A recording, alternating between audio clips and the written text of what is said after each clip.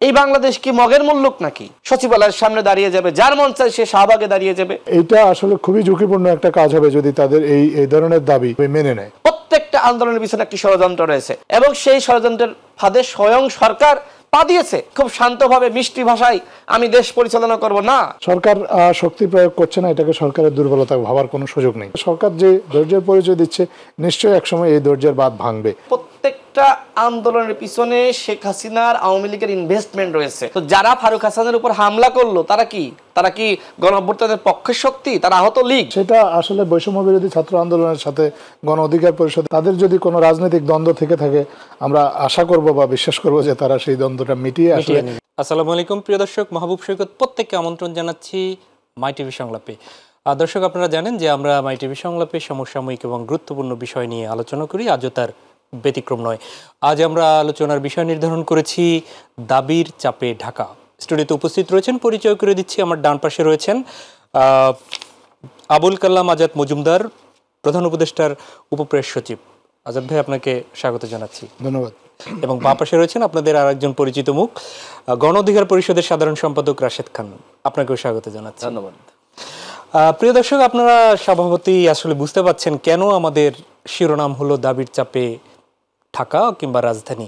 আসলে 5 আগস্ট পরবর্তী যে অন্তর্বর্তী সরকার আসলো, তারপরে আমরা জানি যে ডজন ডজন দাবি নিয়ে রাজপথে নামতে শুরু করলো দীর্ঘদিন থেকে বঞ্চিত শোষিত হওয়া বাংলাদেশের মানুষ এবং বিভিন্ন ক্ষেত্রের যে পেশাজীবী তারা।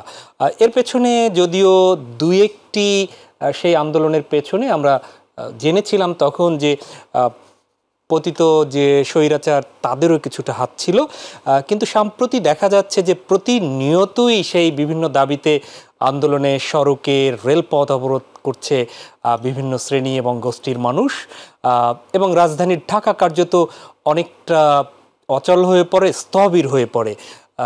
একদম সর্বশেষ যে ঘটনা আপনারা জানেন যে আজ একটি তিতুমির কলেজ, সেই তিতুমির কলেজকে বিশ্ববিদ্যালয় করার দাবিতে শিক্ষার্থীরা তাদের সড়ক অবরোধের পাশাপাশি রেলপথ অবরোধ করেছে। প্রশ্ন হচ্ছে, প্রথম শুরু করি রাশেদ খান আপনাকে দিয়ে। রাজনীতির মাঠে আপনারা চষে বেড়াচ্ছেন, এর আগে ফ্যাসিবাদ বিরোধী আন্দোলনে আপনারা ভূমিকা রেখেছেন, জনগণকে মুক্তির কথা বলেছেন। 5 আগস্ট জনগণ বিশ্বাস করেছে যে জনগণ একটি মুক্ত স্বাধীন অবস্থা দেখবে, কিন্তু এক পক্ষ তাদের দাবি আদায় করতে গিয়ে, মুক্তভাবে কথা বলতে গিয়ে অন্য পক্ষকে কি জিম্মি করে ফেলাচ্ছে না? কিভাবে দেখছেন আপনারা রাজনীতিবিদরা বিষয়গুলোকে? ধন্যবাদ। আমরা সবসময় ছাত্রদেরকে বলেছি যে আপনারা যারা আন্দোলন করেছেন এবং এই গণ অভ্যুত্থানে ভূমিকা রেখেছেন, এখন আপনাদের সময় এসেছে পড়াশোনার টেবিলে, ক্লাসে, পরীক্ষায় ফিরে যাওয়া। কিন্তু সরকারের পক্ষ থেকে এই বিষয়ে আসলে জোরালোভাবে কোনো বক্তব্য দেওয়া হয়েছে কি না আমি আসলে শুনিনি। এবং বিশেষ করে বৈষম্য বিরোধী ছাত্রনেতারা, তাদের গুরুত্বপূর্ণ ভূমিকা ছিল এই অভ্যুত্থানে, তারা নেতৃত্ব দিয়েছে। সেক্ষেত্রে তাদের পক্ষ থেকেও আমি জোরালো বক্তব্য শুনিনি। দেখেন, একজন শিক্ষককে টেনে হিস্টে নামাচ্ছে কতিপয় ছাত্ররা, এরকম ঘটনা কিন্তু ঘটেছে। এবং এটিও ঘটছে যে ডিসি কে হবে, এসপি কে হবে, সচিবালয়ের কোথায় কোন কর্মকর্তা বসবে, এটি নিয়েও কিন্তু যুগান্তর সমকালে সংবাদ প্রকাশিত হয়েছে। এবং বদলি বলেন, নিয়োগ বাণিজ্য বলেন, নানান বিষয়ে ছাত্রদের নাম আসছে। গণ অভ্যুত্থানের পরে আমরা দেখলাম যে সরকারের পক্ষ থেকে সিদ্ধান্ত নেওয়া হলো যে ছাত্ররা তারা 500 টাকার বিনিময়ে ট্রাফিক পুলিশের দায়িত্ব পালন করবে। আমরা কি এই অভ্যুত্থানের শক্তি ছাত্রদেরকে ট্রাফিক পুলিশ বানানোর জন্য শেখ হাসিনার পতন ঘটিয়েছি? নাকি আমরা ছাত্রদের প্রতি এই আহ্বান রাখব যে আপনারা আগামীর ভবিষ্যৎ, আপনারা এদেশের নেতৃত্ব দিবেন, আপনারা বিশ্ববিদ্যালয়ের শিক্ষক হবেন, আপনারা সাংবাদিক হবেন, আপনারা গবেষক হবেন, ডাক্তার হবেন, ইঞ্জিনিয়ার হবেন, লেখক হবেন, আপনারা শিল্পী হবেন। আমরা সেই বিষয়ে কোনো বক্তব্য শুনেছি সরকারের পক্ষ থেকে জোরালোভাবে? শুনে নাই। এই কারণেই যেহেতু এই ছাত্রদেরকে বিভিন্ন সরকারের যেহেতু কোনো পলিটিক্যাল শক্তি নাই, সেক্ষেত্রে সরকার মনে করছে যে সাধারণ মানুষ, সাধারণ শিক্ষার্থীরা আমার রাজনৈতিক শক্তি। সেজন্য রাজনৈতিক উদ্দেশ্য হাসিল করার জন্যই সরকারের পক্ষ থেকেই তাদেরকে অনেকটা মাঠে রাখা হয়েছে, যার ফলাফল আমরা দেখতে পাচ্ছি যে শিক্ষার্থীরা সুপার সানডে, মেগা মানডে, কোনো দাবি দেওয়া কিচ্ছু নাই, অহেতুক মোল্লা কলেজের শিক্ষার্থীরা এবং কবি নজরুলের শিক্ষার্থীরা মারামারি কাটাকাটি করলো। এবং আমরা এই মুহূর্তে দেখছি যে তিতুমির কলেজের শিক্ষার্থীরা তারা বলছে তাদেরকে বিশ্ববিদ্যালয় ঘোষণা করতে হবে। এই বাংলাদেশ কি মগের মুল্লুক নাকি, যে যার মন চায় সে সচিবালয়ের সামনে দাঁড়িয়ে যাবে, যার মন চায় সে শাহবাগে দাঁড়িয়ে যাবে? একটি বিপ্লব হয়েছে, হাসিনার পতন হয়েছে, এখন এই রাষ্ট্রকে আমাদেরকে সুসংগঠিতভাবে সাজাতে হবে, এই রাষ্ট্রকে শৃঙ্খলে আবদ্ধ করতে হবে। কিন্তু আমরা দেখতে পাচ্ছি যে সরকারের ভূমিকা অত্যন্ত নমনীয়। সরকার একদিকে যেমন আওয়ামী লীগের প্রতি কঠোর হওয়া দরকার ছিল, সারা দেশের, আমি একটু ফিনিশিং দিই না হলে বক্তব্য শেষ হবে না, যেমনি ভাবে আওয়ামী লীগের প্রতি কঠোর হওয়া দরকার ছিল, ঠিক একইভাবে কঠোর হস্তে এই ধরনের অহেতুক আন্দোলন দমন করা দরকার ছিল। সরকারের শিক্ষা উপদেষ্টা কি বলেছে?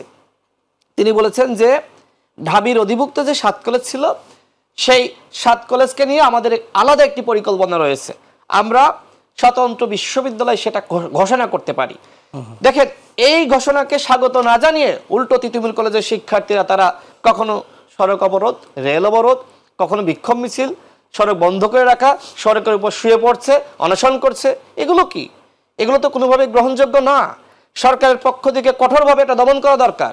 কারণ আমরা দেখেছি সামাজিক যোগাযোগ মাধ্যমে ছাত্রলীগের নেতারাও সেখানে নেতৃত্ব দিচ্ছে, বসে পড়ছে। যে কোনো আন্দোলন, এই মুহূর্তে যে আন্দোলন বলেন না কেন, প্রত্যেকটা আন্দোলনের পিছনে একটি ষড়যন্ত্র রয়েছে এবং সেই ষড়যন্ত্রের ফাঁদে স্বয়ং সরকার পা দিয়েছে। সরকার কেন তার পুলিশকে, র্যাবকে, বিজিবিকে, অন্যান্য বাহিনীকে এখানে দায়িত্ব পালন করতে দিচ্ছে না? কেন? সরকারের তো পুলিশের একটা আইন রয়েছে, সেই আইন মেনেই সরকার তাদেরকে ছত্রভঙ্গ করবে। আপনি যদি বিপ্লবের পরে কঠোর না হতে পারেন, আপনি যদি মনে করেন যে না, নমনীয়ভাবে আমি খুব শান্তভাবে মিষ্টি ভাষায় আমি দেশ পরিচালনা করব, না, বিপ্লবের পরে অবশ্যই এই জাতিকে সুশৃঙ্খল করার জন্য, দেশকে শক্তভাবে পরিচালনা করার জন্য সরকারের শক্ত মনোভাব দরকার। সেই মনোভাব আমরা লক্ষ্য করছি। রাশেদ খান, আপনার কাছে ফিরবো। আমি তখন হয়তো জানতে চাইবো, আপনি একদম রাজনৈতিক উদ্দেশ্য হাসিলের জন্য শিক্ষার্থীদের সরকারি মাঠে নামাচ্ছে আপনি অভিযোগ করেছেন সুনির্দিষ্ট, কিন্তু পাশাপাশি আবার বলেছেন যে তারা সরকার হচ্ছে ষড়যন্ত্রে পা দিচ্ছে, এগুলো আবার বলেছেন। একটু বৈপরীত্য আমার কাছে মনে হয়েছে। ফিরবো আমি, তার আগে অনেকগুলো প্রশ্ন জমা হয়েছে। আমি আবুল কালাম আজাদ মজুমদার, আপনি সরকারের প্রেস ডিপার্টমেন্টে আপনারা কাজ করছেন, দেখছেন সরকারের কি বলে এটাকে পক্ষ থেকে যে কথাগুলো, সেগুলো আমরা একটু আগেও আপনাদের পক্ষ থেকে শুনেছি। রাশেদ খান বেশ কিছু বিষয় বলেছে, পাশাপাশি আসলে দুর্ভোগতেও রাজধানীবাসী পড়ছে। সবকিছু মিলে তার এই বক্তব্যের আলোকে আপনার বক্তব্যটা আমরা একটু শুনতে চাই। ধন্যবাদ। আসলে সরকার মনে করে এই মুহূর্তে যে ক্রিয়াশীল যে রাজনৈতিক শক্তিগুলো আছে, সবাই আসলে সরকারের এক একজন স্টেক হোল্ডার। কারণ সব রাজনৈতিক দলের সমর্থন নিয়েই কিন্তু সরকার কাজ করছে বা কাজ করার জন্য চেষ্টা করে যাচ্ছে। তো সেই দিক থেকে আমি মনে করি যে আমাদের রাশেদ খান সম্মানিত অতিথি, আপনার ওনার যে গণ অধিকার পরিষদ, তারাও সরকারের এক ধরনের স্টেক হোল্ডার। তো তারা যদি মাঠে থাকে তাহলে তারাও সরকারের অনুরোধেই মাঠে আছেন। আর যদি মাঠে না থাকেন তাহলে সেটা তাদের নিজস্ব সিদ্ধান্তে মাঠে নেই। সব কিছু খুব সহজ সরকারের উপর দায় চাপিয়ে দেওয়া, কিন্তু নিজেদের ভূমিকা যার যার জায়গা থেকে মানুষের যেখানে আসলে রাখার সুযোগ ছিল, সেই ভূমিকাটা আসলে কে কতটুকু রাখছে সেটা নিয়েও প্রশ্ন তোলার অবকাশ আছে আমরা মনে করি। আর একটা জিনিস দেখেন, যে ছাত্র সংগঠনগুলো আছেন, রাজনৈতিক দলগুলো আছেন, তাদেরও কিন্তু অনেক ছাত্র সংগঠন আছেন এবং তাদের ছাত্র সংগঠনগুলোও কিন্তু বিভিন্ন ক্যাম্পাসে সক্রিয়। তো তারা জাতীয় রাজনীতি নিয়ে কথা বলতে যত বেশি উৎসাহী, ছাত্রদের ইস্যু নিয়ে কিন্তু আসলে কথা বলতে অত উৎসাহী নয়। যদিও আসলে বিষয়গুলো ছাত্রদের, যেমন এই তিতুমির কলেজ বিশ্ববিদ্যালয় হওয়া উচিত কি উচিত না, আমরা মনে করি যে রাজনৈতিক দলগুলোর যে ছাত্র সংগঠন আছে তাদেরও আসলে এই দিক থেকে তাদের অবস্থানগুলো পরিষ্কার করা উচিত। তারা এই দাবিটাকে সমর্থন করে কি করে না। যদি সমর্থন করে থাকে তাহলে তারা তাদের বক্তব্য পরিষ্কার করুক, আর যদি সমর্থন না করে থাকে তাহলে তারা এক্ষেত্রে একটা ভূমিকা রাখতে পারে। তারা সবাই মিলে যদি সরকারকে সহযোগিতা করে তাহলে অবশ্যই এই ধরনের পরিস্থিতি থেকে উত্তরণ সম্ভব। সরকার শক্তি প্রয়োগ করছে না, এটাকে সরকারের দুর্বলতা ভাবার কোনো সুযোগ নেই। সরকার শক্তি প্রয়োগ করছে না কারণ আমরা দেখেছি অতীতে শক্তি প্রয়োগ করতে গিয়ে কী ধরনের পরিস্থিতি উদ্ভব ঘটেছে। পুলিশের মধ্যে এখনও অনেক অতি উৎসাহী আছে, তারা যে আসলে শক্তি প্রয়োগের নির্দেশ পেলে তারা যে একটা দুর্ঘটনা ঘটিয়ে দেবে না তার কোনো নিশ্চয়তা নেই। তো এইরকম আরও অনেক বিষয় আছে যেগুলো সরকারকে অনেক ভেবেচিন্তে সিদ্ধান্ত নিতে হয়। সরকার কিন্তু আসলে দেশের সবারই অভিভাবক হিসেবে কাজ করার কথা। তিতুমির কলেজের যে ছাত্ররা আছে সরকার বারবার তাদেরকে আহ্বান জানিয়েছে, তাদেরকে বলেছে ক্লাসে ফিরে যেতে, এবং যদি তাদের দাবি যদি যৌক্তিক হয়, তারা যদি তাদের দাবির যৌক্তিকতা প্রমাণ করতে পারে, বিভিন্ন এক্ষেত্রে তারা চাইলে ডিবেটের আয়োজন করতে পারে, তারা পত্রপত্রিকায় লেখালেখি করতে পারে, তাদের যুক্তি দিয়ে প্রমাণ করুক যে কেন তিতুমির কলেজকে বিশ্ববিদ্যালয় করতে হবে, কেন 7টি যে কলেজের কথা বলা হয়েছে যারা একসাথে যারা ছিলেন ঢাকা বিশ্ববিদ্যালয়ের সাথে, কেন আর বাকি 6টির থেকে তারা আলাদা, কেন তাদেরকেই শুধু বিশ্ববিদ্যালয় করতে হবে, বাকি 6টিকে কেন নয়। এই বিষয়ে যদি তারা তাদের যুক্তি দিয়ে প্রমাণ করতে পারেন তাহলে সরকার তাদের দাবি নিশ্চয়ই সক্রিয়ভাবে বিবেচনা করবে। কিন্তু এই মুহূর্তে যা পরিস্থিতি তাতে তারা তাদের দাবিটা আসলে যৌক্তিক কিনা এটা আসলে প্রমাণ করতে পারেননি। আর তাদের দাবির যৌক্তিকতা যাই থাকুক, এইটা আসলে খুবই ঝুঁকিপূর্ণ একটা কাজ হবে যদি তাদের এই ধরনের দাবি আসলে সরকার এ ধরনের দাবি মেনে নেয়। কারণ দেশে আসলে কলেজ তো একটা না, তিতুমির কলেজের মানের কলেজ আসলে দেশে অনেকগুলো আছে। আপনার এই 7 কলেজের যে বাকি যে 6 কলেজ তারাও মানের দিক থেকে প্রত্যেকেই তিতুমির কলেজের কাছাকাছি, কেউ কেউ হয়তো আরও এগিয়েও আছে। এবং শুধু তা না, ঢাকার বাইরেও অনেকগুলো বড় বড় কলেজ আছে, খুবই নাম করা, বরিশালে বিএম, খুলনায় বিএল, চট্টগ্রাম রংপুরে কারমাইকেল, এরকম অনেক জায়গায়, even Chattogram college, Comilla Victoria college, Mymensingh Anandamohan college, এরকম অনেকগুলো কলেজ আছে যেগুলো আসলে মানের দিক থেকে বিশ্ববিদ্যালয়ের কাছাকাছি। আমরা বলি কলেজ আসলে উদ্দেশ্যটা যদি হয় শিক্ষা। রাজশাহী কলেজ আছে এরকম অনেক চাইলে আপনি আসলে বেশ কিছু কলেজ ঐতিহ্যবাহী কলেজের নাম করতে পারবেন যাদের আসলে শিক্ষা বা ব্যক্তিটা অনেক বড়।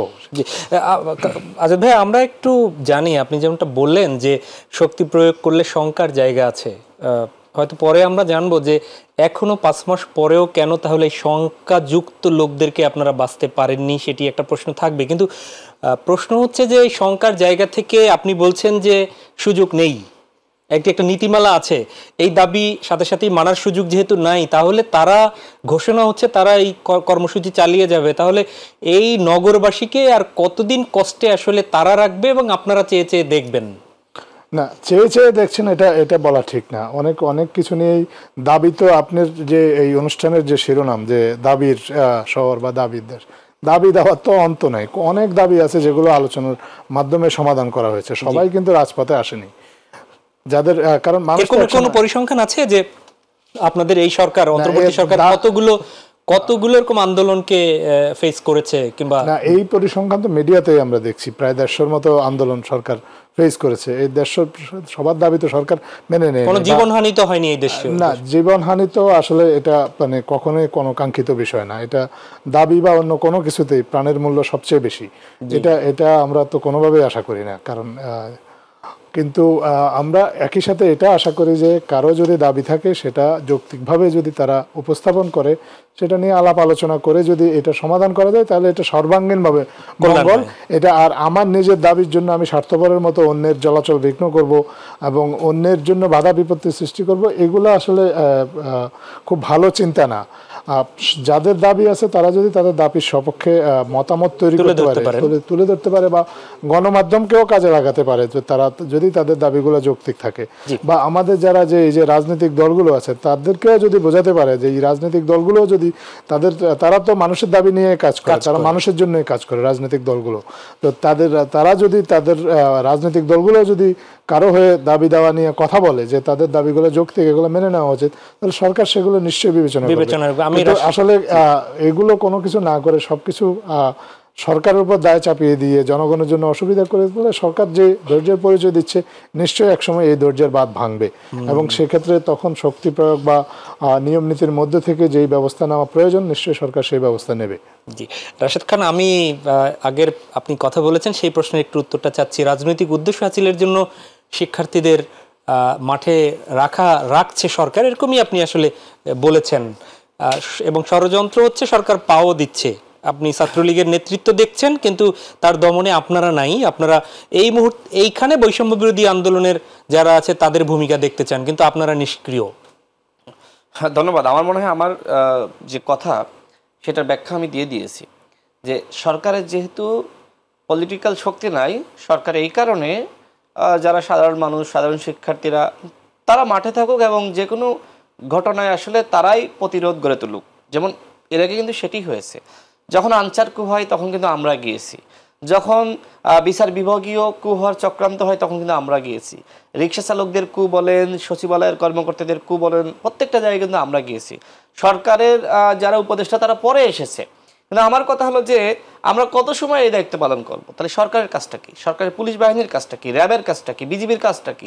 গোয়েন্দা সংস্থার কাজটা কি? এমনকি যৌথ বাহিনীর কাজটা কি? সব দায়িত্ব যদি আমাকে পালন করতে হয়, ভাই যেটি বললেন যে এখানে যদি শক্তি প্রয়োগ করা হয় সেক্ষেত্রে পুলিশ যে কোনো অঘটন ঘটিয়ে ফেলতে পারে। তো বিষয়টা হলো এই যদি হয় সরকারের মনোভাব, তাহলে তো সমস্যা। অঘটন তো দেখা যাচ্ছে আমরা গেলাম, একটা অঘটন ছাত্রলীগ আওয়ামী লীগ সেখানে ঘটিয়ে ফেললো, এর দায়িত্ব আমার উপরে আসতে পারে। সুতরাং আমরা মনে করি সরকারকেই আইন শৃঙ্খলা রক্ষার দায়িত্ব নিতে হবে। সরকার যদি সেটি করতে পারে তাহলে সরকার সফল হবে, আর যদি দেশের আইন শৃঙ্খলা সরকার নিয়ন্ত্রণ করতে না পারে তাহলে সরকার ব্যর্থ হবে। দেখেন, আমি যেটি বলেছিলাম যে অহেতুক আন্দোলন বন্ধ করতে না পারায় ওই ষড়যন্ত্রের ফাঁদে কিন্তু বুঝে বা না বুঝে পা দেওয়া, এবং সরকার যে শিক্ষার্থীদেরকে প্রপারলি ঘরে ফিরে যাওয়ার আহ্বান জানাচ্ছে না, এইটাও কিন্তু বুঝে বা না বুঝে ষড়যন্ত্রের ফাঁদে পা দেওয়া। সরকার মনে করছে আজকে আপনি যেটা বললেন এটি কিন্তু আজকে এই যে পররাষ্ট্র উপদেষ্টা কিন্তু বলেছে, যে বিভিন্ন উপদেষ্টারা কিন্তু বলেছেন যে ঘরে ফিরে যাওয়ার আহ্বান জানিয়েছেন। জি, এখন সরকার হয়তো এখন জানাচ্ছে, কিন্তু সরকার আবার এটিও মনে করছে যে আমি যদি সাধারণ মানুষ এবং সাধারণ শিক্ষার্থীদেরকে আমি ঘরে ফিরে যেতে বলি, পড়ার টেবিলে ফিরে যেতে পারি, তাহলে আমার যখন প্রয়োজন ডাকলে তো আমি নাও পেতে পারি। এই চিন্তাও কিন্তু সরকারের অনেকের মধ্যে আছে, অনেক ছাত্রনেতার মধ্যে আছে। তো যাই হোক, আমি যেটি মনে করি, দেখেন এখন যদি সরকারের পক্ষ থেকে তিতুমির কলেজকে এই আন্দোলনের এটি আপনি কি একটু পক্ষপাত দুষ্ট বলছেন না? আপনারা যারা, যেমন আপনি গণ অধিকার পরিষদের সাধারণ সম্পাদক, আপনাদের ছাত্র অধিকার পরিষদ আছে, কিংবা বিএনপির ছাত্র দল আছে, জামাতের ছাত্র শিবির আছে, আপনাদের প্রয়োজনে তো তারা মাঠে থাকে। এখন এই সরকার যেহেতু সবাইকে নিয়ে আছে আর এর আগে বৈষম্য বিরোধী আন্দোলন নেতৃত্ব দিয়েছে, সুতরাং তারা তো যে কোনো প্রয়োজনে এগিয়ে আসারই কথা, তাই না? এটাকে ষড়যন্ত্র কেন বলছেন? আসলে তো খুব ভালো, কিন্তু এগিয়ে আসতেছে না, এটাই সমস্যা।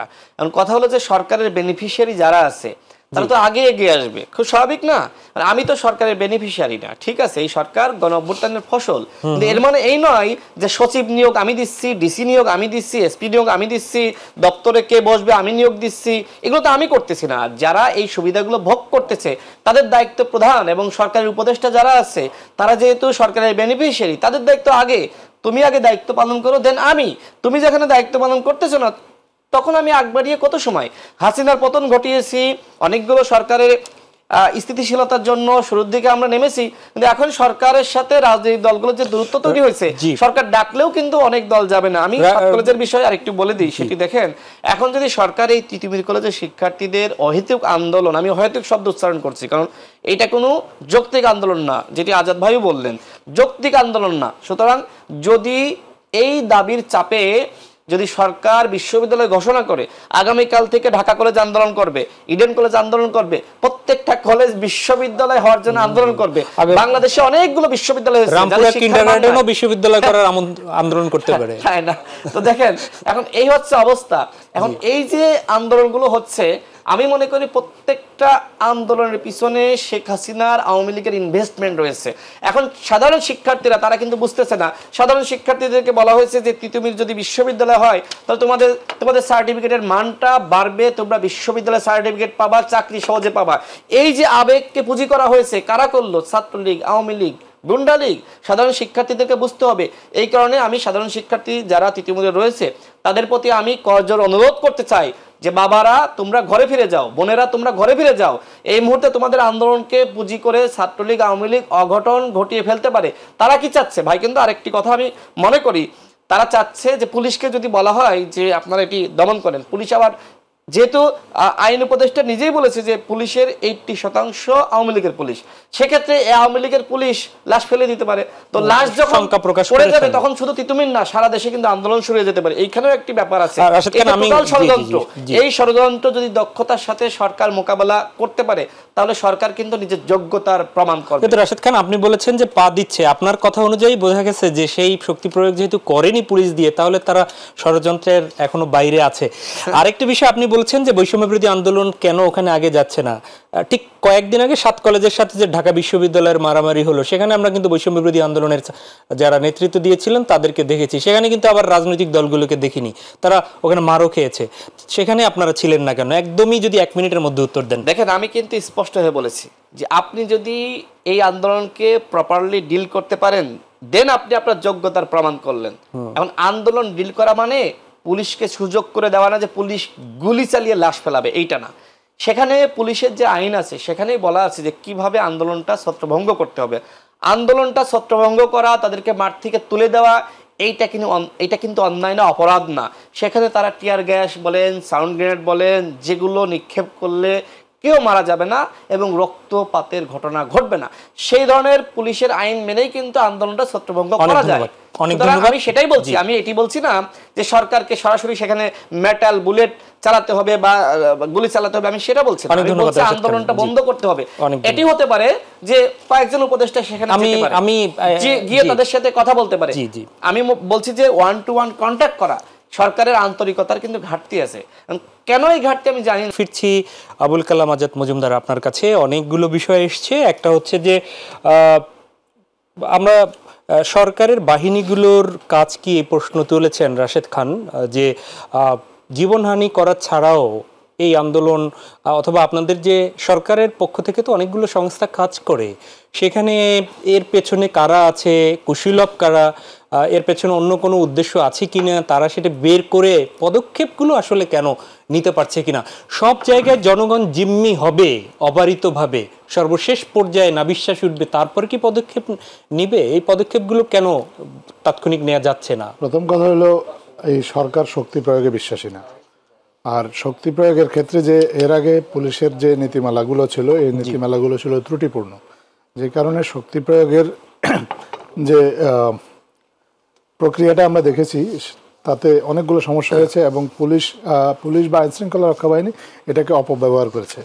আপনারা জানেন যে পুলিশের একটা সংস্কার কমিশন হয়েছে, তারা একটা রিপোর্টও দিয়েছে। এই সংস্কার কমিশনের যে প্রস্তাবগুলো, এগুলো নিয়ে আলোচনা হচ্ছে, এগুলো কিভাবে গ্রহণ করে এগুলো আরো সুন্দরভাবে বাস্তবায়ন করা যায় সেই চেষ্টাটা করা হচ্ছে। তো এই শক্তি প্রয়োগের ক্ষেত্রে জাতিসংঘের যে ঘোষিত নীতিমালা আছে বা জাতিসংঘ শান্তিরক্ষী বাহিনী যেভাবে শক্তি প্রয়োগ করে, সেরকম একটা নীতিমালা অন্তর্বর্তীকালীন সরকার পুলিশের জন্য গ্রহণ করার চেষ্টা করছে। তো সেটা যদি সম্ভব হয় তাহলে শক্তি প্রয়োগের যে সুনির্দিষ্ট ধারা, এগুলো আপনারা দেখবেন। আজকেও কিন্তু বিএনপির পক্ষ থেকে রুহুল কবির রিজভী উনি দাবি করে, উনি বলেছেন যে পুলিশের গুলি করার ক্ষমতাটা যাতে রহিত করা হয়, পুলিশকে যাতে গুলি করতে না দেওয়া হয়। তো এরকম আলোচনা কিন্তু রাজনৈতিক মহলেও আছে।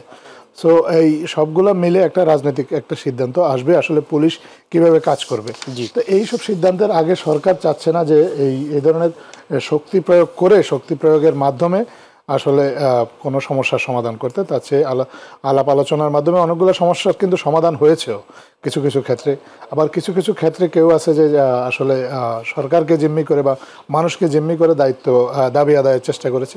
তো সরকার কিন্তু মানে আমাদের মাননীয় শিক্ষা উপদেষ্টা ইতিমধ্যেই কিন্তু স্পষ্ট করেছেন যে এই বিশ্ববিদ্যালয়ের যে দাবিটা করা হয়েছে, এই ধরনের দাবি এভাবে মেনে নেওয়া হবে না।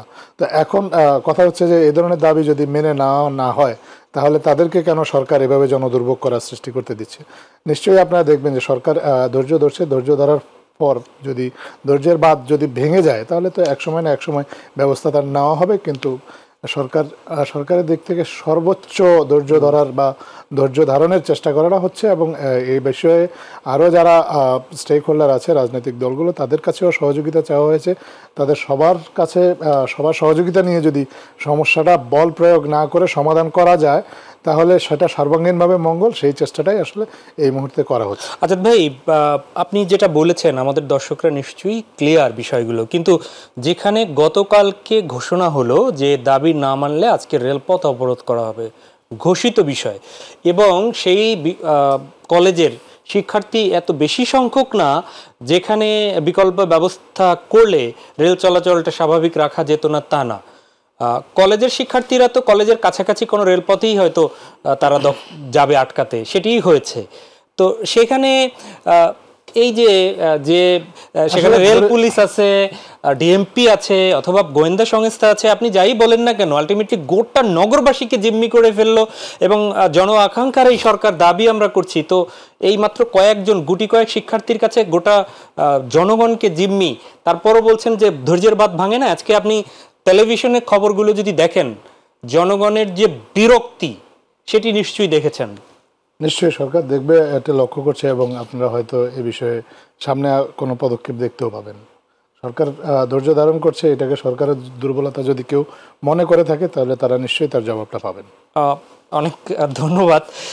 আসলে সেটি হচ্ছে যে শ্যাম রাখি না কুল রাখি, এরকম একটি কথা হয়তো সরকারের, যে শক্তি প্রয়োগ করতেও সমস্যা, না প্রয়োগ করলেও আমরা জাতিগতভাবে ওই অতটুকু হয়তো সহনশীল হয়ে উঠছি কি না সেটিও প্রশ্ন থাকে। রাশেদ খান, আপনার কাছে একটু ফিরি। এই দাবির মধ্যেই একদিন আগের যেটি ঘটলো এবং বিপ্লবের 5 মাস শেষ হয়ে গেল, 6 মাস শেষ হয়ে গেল যাচ্ছে, সেখানে এসে বিপ্লবের যারা হিরো, সেই হিরোদের এখনো রাস্তায় থাকতে হয় চিকিৎসার দাবিতে ভাঙা পা নিয়ে। কিভাবে দেখছেন? যদিও সরকার অনেকগুলো পদক্ষেপও নিয়েছে, তারপরও এই আক্ষেপের জবাব কিভাবে দেখবেন? আপনারাও তো অংশীজন। ধন্যবাদ। দেখেন, গতকাল আমি দেখলাম যে বৈষম্য বিরোধী ছাত্র আন্দোলনের আহ্বায়ক হাসনাত তিনি নিজেই বললেন যে সরকারের আমলাদের কারণে এই আহত যোদ্ধাদের সঠিক চিকিৎসা দেওয়া সম্ভবপর হয়নি। তিনি এই কথা বলেছেন এবং সরকারের ব্যর্থতা নিয়েও সমালোচনা করেছেন। এখন আমরা এর আগে দেখেছিলাম যে যখন স্বাস্থ্য উপদেষ্টা তিনি পঙ্গু হাসপাতালে যান তখন তাকে অবরুদ্ধ করা হয়েছিল। ওই সময় সড়ক অবরোধ করা হয়েছিল, এমনকি তিনি ব্রিটিশ হাই কমিশনারের গাড়িতে চড়ে তিনি এক ধরনের পালিয়ে এসেছিলেন। গণমাধ্যমে এ ধরনের সংবাদ প্রকাশিত হয়েছিল। আমার প্রশ্ন হলো যে কারা এই ধরনের ঘটনা ঘটালো? পরবর্তীতে এই বিষয়টি নিয়ে আমি অ্যানালাইসিস করেছি, এক ধরনের বলতে পারেন গবেষণা করেছি। কখন? যখন গণ অধিকার পরিষদের সহসভাপতি ফারুক হাসানের উপরে শহীদ মিনারে হামলা হলো, সেই হামলাটা আসলে কারা করলো? হামলাটা করেছিল ওই যে স্বাস্থ্য উপদেষ্টাকে যারা অবরুদ্ধ করেছিল তারা। এখন আহতরা কেন আসলে ফারুকের উপর হামলা করলো সেটি এখন বড় প্রশ্ন। দেখেন, ওই সময় আমরা কিন্তু মিডিয়াতে আমরা বিস্তারিত বলেছি, আমরা মামলা করেছিলাম। সেই মামলার প্রেক্ষিতে সেই আহত লীগের সদস্যরা, আমি কিন্তু আহত লীগ বলতেছি, এরা কিন্তু গণ অভ্যুত্থানের পক্ষের শক্তি হলে কোনোভাবেই গণ অভ্যুত্থানের অন্যতম একজন নেতৃত্ব ফারুক হাসানের উপরে এইভাবে হামলা করতে পারে না। তার মানে এরা আহত লীগ। এই আহত লীগদেরকে আবার জামিন করানো হয়েছে। কারা? জুলাই স্মৃতি ফাউন্ডেশনের মুগ্ধের ভাই স্নিগ্ধ, শহীদ মুগ্ধের ভাই স্নিগ্ধ ফারুক হাসানের কাছে গিয়েছে এবং আমাদের অন্য নেতাদের কাছেও গিয়েছে। আমি নাম না বলি, শুধু এতটুকুই বলি, ফারুকের কাছে গিয়েছে, গিয়ে বলছে ভাই ওদেরকে মাফ করে দেন। কেন? কি কারণ? দেখেন, এদেরকে গ্রেপ্তার করলো, গ্রেপ্তার করার 11 ঘন্টার মাথায় আবার জামিন পেয়ে গেল। কেন? পরবর্তীতে গত 4-5 দিন আগে একজন বৈষম্য বিরোধী নেতার একজন গুরুত্বপূর্ণ তার বন্ধু, কাছের লোক, তার কাছ থেকে তথ্য পেলাম যে রাঘব বোয়ালরা আসলে তার জামিন করিয়েছে। একজন উপদেষ্টা আমার কাছে প্রশ্ন করলেন যে গ্রেপ্তার করা হলো, হঠাৎ করে আবার জামিন পেয়ে গেল। 2 জন উপদেষ্টা, ওই সময় কিন্তু আরো 2 জন উপদেষ্টা তাদেরকে গ্রেপ্তারের ব্যাপারে সহযোগিতা করেছিলেন। তো আজকে একজন উপদেষ্টা জিজ্ঞেস করলেন যে ওরা কিভাবে জামিন পেয়ে গেল। তো আমি খোলামেলা যত তথ্য পেয়েছি বললাম। তো দেখেন, এই হচ্ছে অবস্থা। আপনি যেখানে বিচার বিভাগের সংস্কার করতে চান সেখানে এইভাবে যারা 18 সাল থেকে আন্দোলন করে আসছে বা আন্দোলনের শক্তি, তারা হামলার শিকার হয়েও আবার বিচার পাচ্ছে না। তো এই আহত লীগের লোকজন আমি দেখেছি, হ্যাঁ, যারা আন্দোলন করেছে এখানে প্রকৃত ভুক্তভোগী তারাও আছে, কিন্তু এদের সাথে কিন্তু ওই আহত লীগের লোকজনও আছে। সরকারের একটি অংশ তাদেরকে রক্ষা করেছিল ওই সময় ফারুক হাসানের উপর যে সময় হামলা করে, তারা এখন আবার সরকারের বিরুদ্ধে নেমে গিয়েছে। আমার এখন প্রশ্ন যে সরকারের যারা ওই আহত লীগদেরকে রক্ষা করেছিল সেই তারাই কি এদের মাঠে নামিয়েছে কিনা সেটাও কিন্তু এখন প্রশ্ন থেকে যায়। আচ্ছা, আমি একটু আপনাকে থামাই। সেটি হচ্ছে যারা এই আন্দোলন করেছে কিংবা আপনাদের সেই নেতারকে আক্রমণ করেছে, যে কারণেই হোক না কেন, তারা কি আপনি বলতে চাচ্ছেন যে তারা জুলাই অভ্যুত্থানের সময় মাঠে ছিল না, তারা আহত এই আন্দোলনে গিয়ে হয়নি, এটি বলতে চাচ্ছেন? দেখেন, সুনির্দিষ্ট আপনি আমি এটাই বলবো, গণ অভ্যুত্থানের সময় আহত হয়েছে দুইটি পক্ষ। একটি পক্ষ হলো গণ অভ্যুত্থানের পক্ষের শক্তি আমরা যারা, আরেকটি পক্ষ হলো যে আওয়ামী লীগ ছাত্রলীগের যারা। এখন ওই আওয়ামী লীগ ছাত্রলীগের যারা আহত হয়েছে তারা এখন দাবি করছে যে আমরাও কিন্তু আন্দোলনের পক্ষে ছিলাম, আমরা ওই সময়। সেটি আপনি যারা ওই সময় আক্রমণ করেছে তারা আওয়ামী লীগের পক্ষের শক্তি কিনা এটি কি আপনি সুনির্দিষ্টভাবে জাজ করে বলছেন? তাদের ব্যাকগ্রাউন্ড কি তাই ছিল? অবশ্যই প্রমাণিত যে সেই সময় কি ছাত্রলীগ আওয়ামী লীগ আপনাদের পুলিশের যারা ছিল তারা কি আহত হয়নি? আপনাদের নেতাদের আক্রমণ করলেই সে আহত লীগ হয়ে যাবে? তা আমাদের নেতাদের কেন? আপনাদের সাথে গণ অভ্যুত্থানের পক্ষের শক্তি, আমরা তো একসাথে লড়াই করেছি। আপনাদের সাথে যারা গণ অভ্যুত্থানের পক্ষের শক্তি কি নিয়ে বিরোধ থাকবে? আপনি কি মিডিয়াতে, আপনি সাংবাদিক এখনো পর্যন্ত পেয়েছেন যে ফারুক হাসানের মানে কোনো কারণে তার উপর হামলা করেছে? কোনো কারণ আপনি উদ্ঘাটন করতে পেরেছেন? এই যে আপনি একটা লকআপ বা উপাধি ছুড়ে দিলেন, এটি তো রাজনৈতিকভাবে, রাজনৈতিক কারণে, আমার তো রাজনৈতিক বক্তব্য থাকবে, রাজনৈতিক কারণে বিরোধ সৃষ্টি হলেই শেষ করি। আহতদের তো সেরকম কোনো বিরোধ তাদের সাথে সৃষ্টি হয়নি, তাদেরকে আমরা কেউ চিনি না, ফারুক হাসানও চিনে না, ফারুক হাসানের সাথে তাদের জীবনে দেখা হয়নি, কথা হয়নি। তো যারা ফারুক হাসানের উপর হামলা করলো তারা কি গণ অভ্যুত্থানের পক্ষের শক্তি? তারা আহত লীগ। এই আহত লীগের সদস্যরা তারা পঙ্গু হাসপাতালে, তারা সেখানে আপনার খেলাধুলা করছে, নাচানাচি করছে, পিকনিক করছে। পঙ্গু হাসপাতাল কি পিকনিকের জায়গায়? বরং তাদেরকে যারা শেল্টার দিয়েছে, আমি জানি এখানে আমি তর্ক করতে চাই না, যে কারণে আমি বলবো না কারা তাদেরকে শেল্টার দিয়েছে। আমার কাছে স্পষ্ট প্রমাণ রয়েছে, তথ্য রয়েছে, সব জানি, কিন্তু টকশোতে আমি এখন বিতর্ক সৃষ্টি করতে চাই না। আমি এদেরকে আহত লীগ বলতে চাই। এই আহত লীগের সদস্যরা কালকে আন্দোলনে ছিল, তার তথ্য প্রমাণ ছবি সহ আমাদের কাছে আছে। একই সাথে এটাও বলতেছি, প্রকৃত ভিকটিমরা সেখানে ছিল, তারাও কিন্তু তাদের যে দাবি দেওয়া জানিয়েছে। আমরা সরকারকে যখন জাতীয় সংলাপ হয়েছে, আলোচনা হয়েছে, বৈঠক হয়েছে, সরকারকে আমরা বলেছি যারা যে সকল পরিবারের সদস্যরা শহীদ হয়েছে সেই পরিবারকে 1 লক্ষ টাকা ক্ষতিপূরণ দেন, 1 কোটি টাকা ক্ষতিপূরণ দেন। দ্বিতীয়ত যারা আহত হয়েছে তাদের কর্মসংস্থানের ব্যবস্থা করেন, তাদের আহতের ধরন ভেদে 50 লাখ টাকা করে ক্ষতিপূরণ দেন, যারা একটু কম হয়েছে কম দেন। কিন্তু দেখেন এখনো পর্যন্ত যে তথ্য সেটা হলো যে জুলাই স্মৃতি ফাউন্ডেশনের পক্ষ থেকে 1 লাখ টাকা করে তাদেরকে দেওয়া হয়েছে, আমাদের অফিসে অনেকে এসেছে। তো আমার কথা হলো যে সরকার যদি তাদেরকে যথাযথভাবে পুনর্বাসন না করতে পারে তাহলে কিন্তু এই যে যারা প্রকৃত আহত তাদের সেই আবেগটাকে পুঁজি করে এই আহত লীগ বলেন, আওয়ামী লীগ বলেন, অনেকে কিন্তু ষড়যন্ত্র করতে পারে। আপনি দেখেন যারা আন্দোলনে এসেছিল ঢুকে যেতে পারে, এই যে তৃতীয়বারের শিক্ষার্থীরা আন্দোলন করছে সেখানে বহিরাগত যেতে পারে না, ছাত্রলীগ আওয়ামী লীগ ঢুকতে পারে না। এই জন্য আমি বলছি যে এই মুহূর্তে প্রত্যেকটা আন্দোলনকে সুন্দরভাবে, অত্যন্ত কৌশলী ভাবে ডিল করতে হবে। কোন আন্দোলন এই মুহূর্তে হতে দেওয়া যাবে না। এই সরকার রাষ্ট্র সংস্কার করতে চাই, সবার সহযোগিতা। আমি একটু এই বিষয়ে একটু কথা শুনে আসি। আজাদ ভাই আপনার কাছ থেকে একটু শুনি, সেটি হচ্ছে যে একই জায়গার কথা, যদিও রাশেদ খানের কথা বলেছে, হতে পারে এর মধ্যে 2-1 জন থাকতে পারে বা 2-4 জন থাকতে পারে যে যারা বিপ্লবের পক্ষে ছিল না, কিন্তু ভুক্তভোগীও ছিল যারা প্রপার ট্রিটমেন্ট তাদের অভিযোগ যে হয়নি। রাশেদ খান তো এমনটা বললেন, এবং সেই পুনর্বাসন, সেই আর্থিক সহায়তা, সেখানটায় অভিযোগ কিন্তু রয়েই গেছে। আসলে সরকার কি ভাবছে?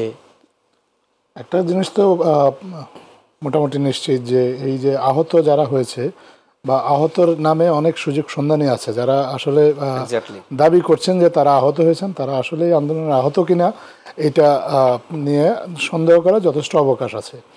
এবং এই সন্দেহটা থাকার কারণেই কিন্তু আসলে আহতদের তালিকাটা বা নিহতদের তালিকাটা যাচাই বাছাই করতে একটু সময়ও লাগছে।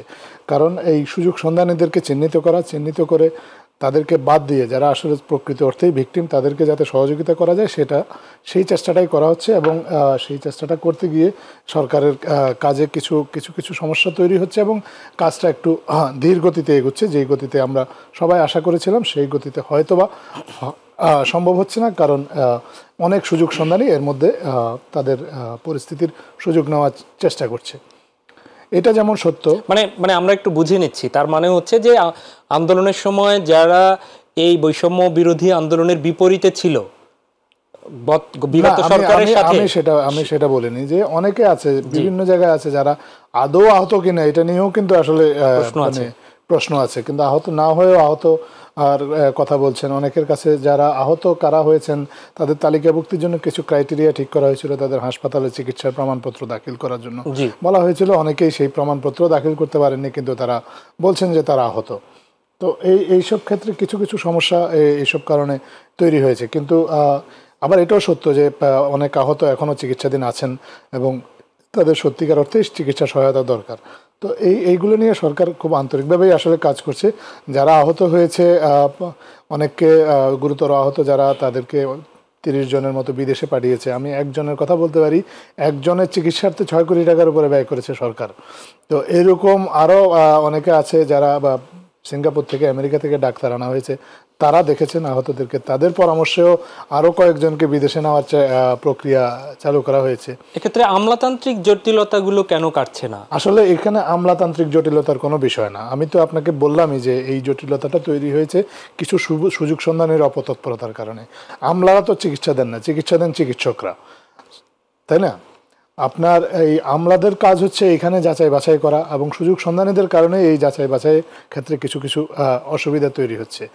আর গণ অধিকার পরিষদের যে হামলার কথা উনি বলেছেন ফারুকের উপর, সে বিষয়ে আসলে আমাদের দিক থেকে যেটা বলা, উনি নিজেই স্বীকার করেছেন যে কয়েকজন উপদেষ্টা গ্রেপ্তারের ক্ষেত্রে চেষ্টা করেছেন, গ্রেপ্তার করার কথা বলেছেন, এবং গ্রেপ্তার হয়েছে উপদেষ্টারা এইটুকুই করতে পারেন। কাকে জামিন দেবে, কে জামিন দেবে না, এটা তো আসলে উপদেষ্টাদের সিদ্ধান্ত না, এটা আদালতের সিদ্ধান্ত। আর জামিন পাওয়া প্রত্যেক মানুষের অধিকার। এখন কেউ যদি আদালত যদি কাউকে জামিন দেয়, এই ক্ষেত্রে উপদেষ্টাদের আসলে খুব বেশি কিছু করণীয় থাকে না। উপদেষ্টাদেরকে যদি কিছু করতে বলা হয়, সেটা বরঞ্চ আদালতের উপর এক ধরনের হস্তক্ষেপের মতো হয়।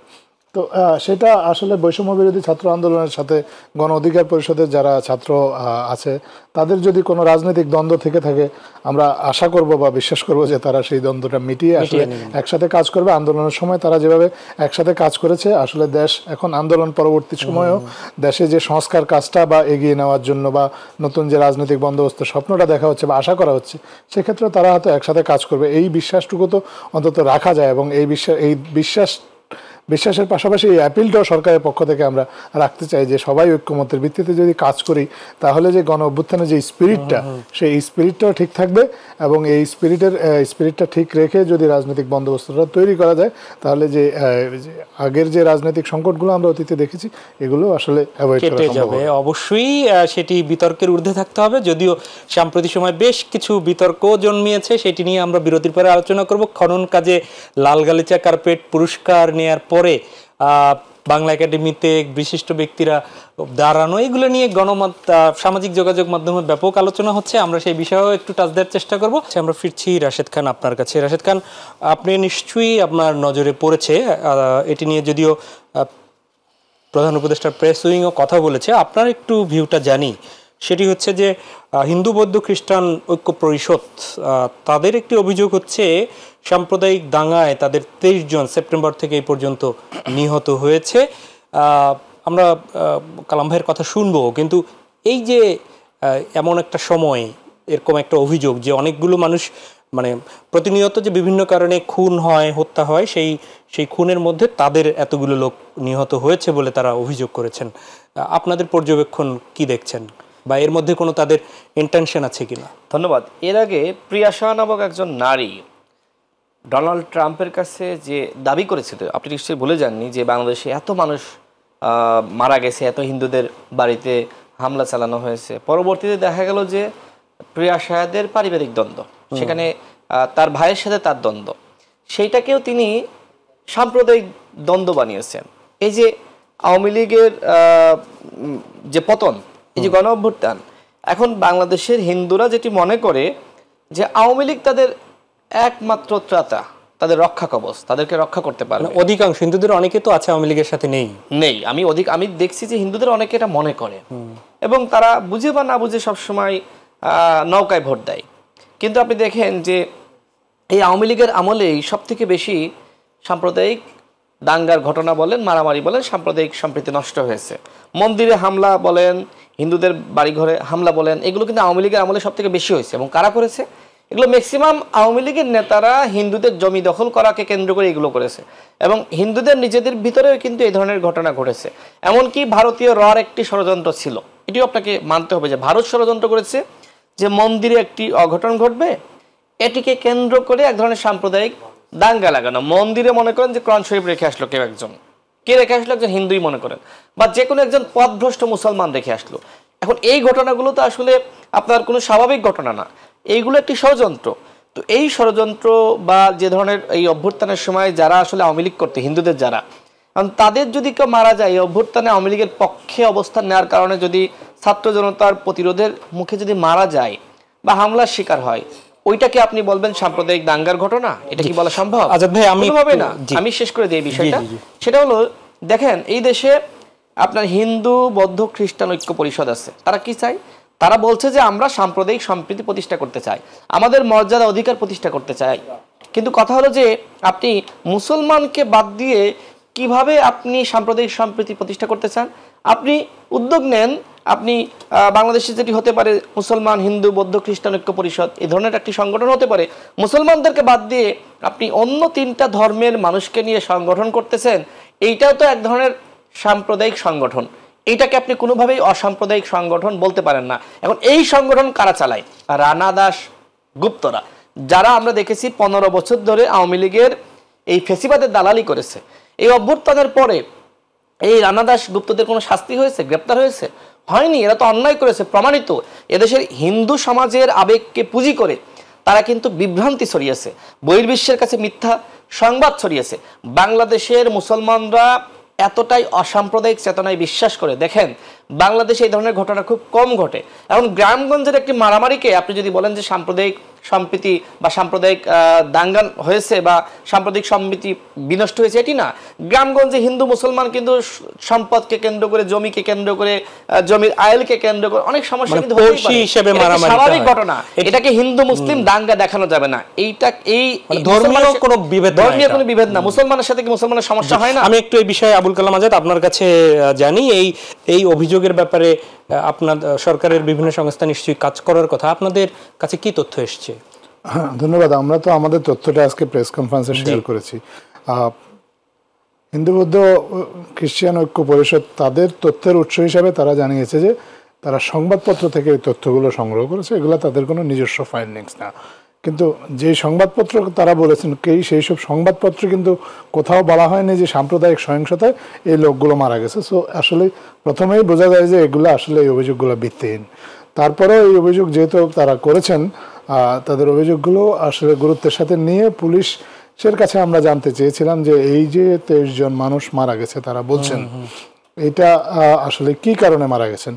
পুলিশের পক্ষ থেকে খোঁজ নিয়ে আমাদেরকে জানানো হলো 22 জনের ক্ষেত্রে তারা জানতে পেরেছেন নানাবিধ কারণ, তবে এর একটিও কিন্তু সাম্প্রদায়িক কোনো সংঘাত নয় বা সাম্প্রদায়িক দাঙ্গা বা ধর্মীয় কারণে কেউ, ধর্মীয় পরিচয়ের কারণে কেউ নিহত হননি বা আক্রান্ত হননি। যেগুলো কিছু আছে জমি জমা সংক্রান্ত বিরোধ, রাশেদ একটু আগে যেটা বলেছেন, কিছু আছে চুরি ডাকাতির ঘটনা, কিছু আছে আরও সামাজিক কিছু ক্রাইম আছে আমরা যেগুলো জানি। সেই মানে একটা ক্ষেত্রে একজনের ক্ষেত্রে অ্যাকচুয়ালি আত্মহত্যার ঘটনাটাকেও আসলে সাম্প্রদায়িক সহিংসতা হিসেবে চালিয়ে দেওয়া হয়েছে। পানিতে ডুবে মারা গেছে একজন, সেটাকেও আসলে সাম্প্রদায়িক সহিংসতা হিসেবে চালিয়ে দেওয়া হয়েছে। তো এইরকম ক্ষেত্রে আসলে পুলিশ আমাদেরকে এগুলো খোঁজ খবর নিয়ে জানিয়েছে। শুধু তা না, এর আগে তারা যে একই সংবাদ সম্মেলনে তারা অভিযোগ করেছে 174টি ঘটনা ঘটেছে, সেই 174টি ঘটনাও কিন্তু পুলিশের পক্ষ থেকে খোঁজ নেওয়া হচ্ছে এবং খোঁজ নিয়ে সরকারকে অবহিত করা হবে যথাযথ প্রক্রিয়ায়, সেটা মিডিয়াকেও জানিয়ে দেওয়া হবে আসলে কি সাম্প্রদায়িক কারণে বা ধর্মীয় পরিচয়ের কারণে কেউ আক্রান্ত হয়েছে কিনা। যদি আক্রান্ত হয়ে থাকে, তাদের অভিযোগে কোনো ধরনের সত্যতা পাওয়া যায়, তাহলে সেক্ষেত্রে অবশ্যই যথাযথ আইনি ব্যবস্থা নেওয়া হবে এবং উপযুক্ত শাস্তির ব্যবস্থাও করা হবে যারা অপরাধী তাদেরকে। আর যদি না হয় তাহলে আইন বা তদন্ত স্বাভাবিক নিয়মে যা হয় তা হবে। অপরাধীদের বিরুদ্ধে আইনের আপনারা ব্যবস্থা নেবেন নিশ্চয়ই, কিন্তু মিথ্যে তথ্য কিংবা অপতথ্য কিংবা ষড়যন্ত্র করাও নিশ্চয়ই অপরাধ। তাহলে এই যে মিথ্যা তথ্য দিয়ে বাংলাদেশকে বিশ্বের সামনে হেয় যারা করছে, তাদের বিরুদ্ধে কি কোনো ব্যবস্থা নেওয়ার সুযোগ নেই? এটা আসলে মিথ্যা তথ্য আমরা এভাবে বলবো না। মিথ্যা তথ্য এই কারণে বলবো না যে তারা তো জানিয়েছে যে তারা সংবাদপত্র থেকে নিয়েছে। সংবাদপত্র থেকে কিন্তু আসলে এই ধরনের তথ্য অনেকেই নেয়। নিয়ে বা অনেক ধরনের সংগঠনই আছে, বিভিন্ন মানবাধিকার সংগঠন আছে, তারাও কিন্তু সংবাদপত্র থেকে তথ্য নিয়েই কিন্তু ডাটা প্রস্তুত করে। কিন্তু সংবাদপত্রের তথ্যটাকে বিকৃতভাবে উপস্থাপন করাটা আমরা মনে করি যে এটাও এক ধরনের বিকৃত মানসিকতার পরিচায়ক। তো এটা যদি তারা এক্ষেত্রে যদি তাদের দ্বারা আইনের কোনো ব্যত্যয় ঘটে তাহলে আইন শৃঙ্খলা বাহিনী অবশ্যই দেখবে। জি আজাদ ভাই, খুব ছোট্ট করে, আমাদের হাতে সময় কম, সেটি হচ্ছে সামাজিক যোগাযোগ মাধ্যমে ব্যাপক ট্রোল হচ্ছে খাল খননের কাজে যাওয়া উপদেষ্টাদের লাল গালিচা নিয়ে, পুরস্কার বাংলা একাডেমির পুরস্কার প্রাপ্তদের পিছনে দাঁড়ানো নিয়ে। যদিও সুধীজনরা তার জবাবও দিচ্ছে, কিন্তু এই ধরনের ট্রোল যে করছে এর পেছনে কি কোনো উদ্দেশ্য আছে মনে করছেন? আর উপদেষ্টাদের সেখানে গিয়ে লাল গালিচা, এটি তো একটু দৃষ্টিকটু, না কি বলেন? প্রথম কথা হচ্ছে যে উপদেষ্টারা কেন সেখানে লাল গালিচা আর উপর দিয়ে হেঁটে গিয়েছেন সেই ব্যাখ্যাটা ঢাকা সিটি কর্পোরেশন দিয়েছে, সেটা নিয়ে আমি আর নতুন করে কিছু বলতে চাই না। কিন্তু এই একটা জিনিস আমি যেটা বলতে চাই যে আপনি কি ঘোড়ায় চড়ে গেলেন না হাতিতে চড়ে গেলেন সেটা মুখ্য বিষয় না, মুখ্যটা হলো যে আপনি কাজটা কি করেছেন। এই সামাজিক যোগাযোগ মাধ্যমে লাল গালিচা নিয়ে এত আলোচনা হচ্ছে, তাতে যে মূল কাজটা যেটা খাল উদ্ধারের কাজ সেই আলোচনাটা আসলে হারিয়ে যাচ্ছে। কিন্তু আমরা বিশ্বাস করি যে সেই আলোচনাটা জরুরি, কারণ এইটা আমাদের নাগরিক জীবনের সাথে জড়িত, আমাদের মানুষের ভালো মন্দের সাথে জড়িত। সামনে বর্ষাকাল আসবে, যদি জলাবদ্ধতার সৃষ্টি হয় তাহলে সেটা মানুষের ভোগান্তি হবে। সেই জন্য বর্ষা আসার আগেই এই ক্ষেত্রে যতটুকু সম্ভব অগ্রগতি অর্জন করা উচিত, এবং সরকার আশা করে যে এই বিষয়ে সরকারের কাজের অগ্রগতি এবং এগুলো নিয়ে মানুষ কথা বলবে, প্রয়োজনে সরকারের সমালোচনা করবে, সরকারের উপর চাপ প্রয়োগ করবে যাতে করে সরকার এই কাজটা আরো ভালোভাবে সম্পন্ন করতে পারে। অনেক ধন্যবাদ। একদমই শেষ দিকে রাশেদ খান, শরীয়তপুরের পার্কের ডিজিটাল বোর্ডে শেখের বেটি আসবি, এটি আজকের ঘটনা, এর আগে এরকম অসংখ্য ঘটনা ঘটেছে। লিফলেট বিতরণ কর্মসূচিও আমরা দেখেছি যে বিভিন্ন জায়গায় হয়েছে, সামাজিক যোগাযোগ মাধ্যমে তার ছবি ভাইরাল হয়েছে একদম। আপনি যদি 1 মিনিটে আমাদেরকে একটু বলেন যে। আমাকে একটু শেষ করতে দিতে হবে, 2 মিনিটে শেষ করবো। দেখেন, আমরা দেখলাম যে পাবনাতে আওয়ামী লীগের একজন স্থানীয় সভাপতিকে কিন্তু আওয়ামী লীগের নেতাকর্মীরা ছিনিয়ে নিয়েছে পুলিশের কাছ থেকে। পুলিশ সেখানে কোনো অ্যাকশন বা কোনো ধরনের গুলি তারা ব্যবহার করে নাই, ছত্রভঙ্গ করে নাই, নির্বিকার, মনে হচ্ছে অবুঝ বালক। তো এই যে লিফলেট বিতরণ, গণসংযোগ তারা কিন্তু ঘোষণা দিয়ে করছে। মানে আমাদের দেশে যে সকল যৌথ বাহিনী রয়েছে, পুলিশ, র্যাব বলেন, যাদের সমন্বয়ে যৌথ বাহিনী, তারা এই ঘোষণা দেওয়ার পরেও কি কোনো ধরনের পদক্ষেপ গ্রহণ করেছে, পূর্ব প্রস্তুতি নিয়েছে? নেয়নি। আমরা বারবার বলে আসছি যে আওয়ামী লীগের সাথে কোনো ধরনের আপনার নমনীয়তা দেখালে চলবে না, সহানুভূতি দেখানো চলবে না। আওয়ামী লীগ একটি পাপিষ্ট দল, একটি নিকৃষ্ট দল। এই দল ৭১-এর পরে একবার গণহত্যা চালিয়েছে, ২৪-এ গণহত্যা চালিয়েছে, তৃতীয়বার আওয়ামী লীগকে গণহত্যা চালানোর সুযোগ দেওয়া যাবে না। এই জন্যই আমরা বলছি যে গণহত্যার বিচারটা যথাযথভাবে করতে হবে। এবং আওয়ামী লীগ যেহেতু গণহত্যা চালিয়েছে পরপর 2বার, সুতরাং এই গণহত্যার অভিযোগে আওয়ামী লীগ যতদিন না পর্যন্ত অভিযোগ আপনার বিচারটা শেষ হচ্ছে তার আগ পর্যন্ত আওয়ামী লীগের সাংগঠনিক কার্যক্রমটা স্থগিত ঘোষণা করতে হবে, নিবন্ধনটা স্থগিত ঘোষণা করতে হবে। আর যেটি করতে হবে সেটি হলো যে বিচার বহির্ভূত হত্যাকাণ্ডের ঘটনা কিন্তু গত পরশুদিন ঘটেছে। যুবদলের একজনকে এইভাবে কিন্তু সেনাবাহিনীর সদস্যরা হত্যা করেছে, যেটা কিন্তু গণমাধ্যমে এসেছে। যৌথ বাহিনী, সেনাবাহিনীর নাম এসেছে না, যৌথ বাহিনী না, যৌথ বাহিনীর মধ্যেই তো সেনাবাহিনীর 5 জন তাকে কিন্তু বাসা থেকে তুলে নিয়ে গেছে। আপনার কথাগুলো সত্য বলতে হবে, না হলে তো আপনার ওই সেনাবাহিনীকে কি আপনার কলুষিত আপনার 18 সালে করে না শেখ হাসিনা? সেনাবাহিনীর মধ্যে কি আপনার একজনকে প্রমোশন না দিয়ে আর একজনকে ডাবল প্রমোশন দিয়ে তাকে কি আপনার জেনারেল বানায়নি? এই ধরনের ঘটনা ঘটেছে। এই কারণেই কিন্তু সেনাবাহিনীর সাবেক কর্মকর্তারা তারা কিন্তু ইতিমধ্যে সেনাপ্রধানের কাছে দাবি জানিয়েছে প্রতিরক্ষা সংস্কার কমিশন। আমি যেটি বলবো যে এই মুহূর্তে আসলে পুলিশকে ফাংশনাল করতে হবে, র্যাব বলেন, অন্যান্য বাহিনী বলেন, তাদেরকে ফাংশনাল করতে হবে এবং একই সাথে বাংলাদেশে আইন শৃঙ্খলা প্রতিষ্ঠা করতে হবে। এবং আরেকটি বিষয় গুরুত্বপূর্ণ, সেটি হলো যে যেটি আসলে আলোচনার বিষয়বস্তু আজকে হওয়া দরকার ছিল, নির্বাচন এবং সংস্কারের আলোচনা একসাথে করতে হবে, রোডম্যাপ ঘোষণা করতে হবে, গণহত্যার বিচারের ব্যাপারে সরকারের স্পষ্ট বক্তব্য দিতে হবে এবং একই সাথে 14-18 সালে যে সকল সরকারের আমলারা কামলারা আওয়ামী লীগকে সহযোগিতা করেছে তাদেরকে শাস্তি দিতে হবে। যে সকল পুলিশ, র্যাব, বিজিবির সদস্যরা এই যে গণ অভ্যুত্থানে ছাত্র জনতার বুকে সরাসরি গুলি চালিয়েছে তাদেরকে কিন্তু এখনো পর্যন্ত গ্রেফতার করা হয়নি। এই কাজগুলো সরকারকে দ্রুত সময়ের মধ্যে করতে হবে। একদমই 30 সেকেন্ডে আজাদ ভাই, এই বিষয়ে যদি কোনো, যদিও একদমই কম দেয়া হয়ে গেল, এই বিষয়ে যদি একটু বলেন। 30 সেকেন্ড। এত কাজের কথা বলেছেন উনি সরকারের কে, তো সেগুলা 30 সেকেন্ডে এই কাজগুলো জি আমি 1 মিনিট জি আমাদের সামনে সংবাদ আছে। প্রথম কথা হচ্ছে যে জুলাই হত্যাকারীদের বিচার, এটা তো আসলে আমাদের জাতীয় দাবি। এই দাবির প্রতি সরকার একমত পোষণ করে এবং সরকার এই বিষয়ে যথেষ্ট তৎপর আছে। বিচার প্রক্রিয়া চলমান আছে, তবে বিচারটাকে যাতে স্বচ্ছ হয় এবং স্বাধীনভাবে হয়, এই জন্য সরকার এটাকে সব ধরনের হস্তক্ষেপ মুক্ত রেখে একটা সুন্দর বিচার করতে চায়, যে বিচারের ফলে আসলে অপরাধী যারা তারা প্রকৃত অর্থে শাস্তি পায়, এটা সরকার চায় এবং সেই লক্ষ্যে সরকার কাজও করে যাচ্ছে। অনেক অনেক ধন্যবাদ আবুল কালাম আজাদ মজুমদার আপনাকে, এবং অসংখ্য ধন্যবাদ রাশেদ খান আপনাকে। প্রিয় দর্শক, এই ছিল আমাদের আজকের আয়োজন, দেখা হবে পরবর্তীতে। আমরাও চাই যে যারাই দেশে দুর্ভোগ দুর্দশা সৃষ্টি করুক তারা আইনের আওতায় আসুক, আর যারা করছেন তারা সব নিজের ব্যক্তি চিন্তা না করে দেশের জন্য দেশের মানুষের জন্য কাজ করবেন। আর সেক্ষেত্রে কল্যাণমূলক রাষ্ট্র গড়তে আসুন, যে যার জায়গা থেকে একটু হলেও ভূমিকা পালন করি। আল্লাহ হাফেজ।